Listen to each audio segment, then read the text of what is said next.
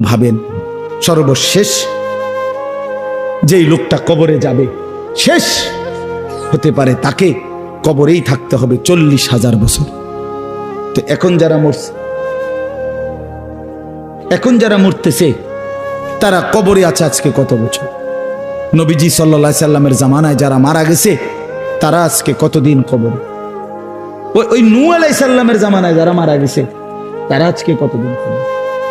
ভেবে দেখেন। আচ্ছা, এই শেষ লোকটাই যদি 40,000 বছরে থাকতে হয় আর যদি কবরের আযাব হয় তার কি পরিমাণ কষ্ট পাবে সে, কি পরিমাণ কষ্ট পাবে? আল্লাহ রাসূল সাল্লাল্লাহু আলাইহি সাল্লাম বলেন কবরের প্রথম শাস্তিটা কি? কোন ব্যক্তি যখন কবরের প্রশ্নের জবাব দিতে পারবে না তখন আল্লাহর পক্ষ থেকে ফেরেশতাদেরকে বলবে কাযাবা আব্দি, আমার বান্দা মিথ্যা বলেছে। ফাআফরিশুহু মিনান নার ওয়ালবাসুহু মিনান নার ওয়াফতাহু লাহু বাবান ইলান নার।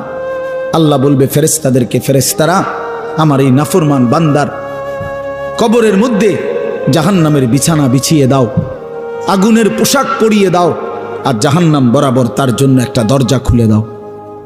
এরপরে নবীজি বলছেন ফেরেশতারা এই ব্যবস্থাপনা করে আল্লাহর কসম বাফ, নবীজি বলছেন ফেরেশতারা যখন চলে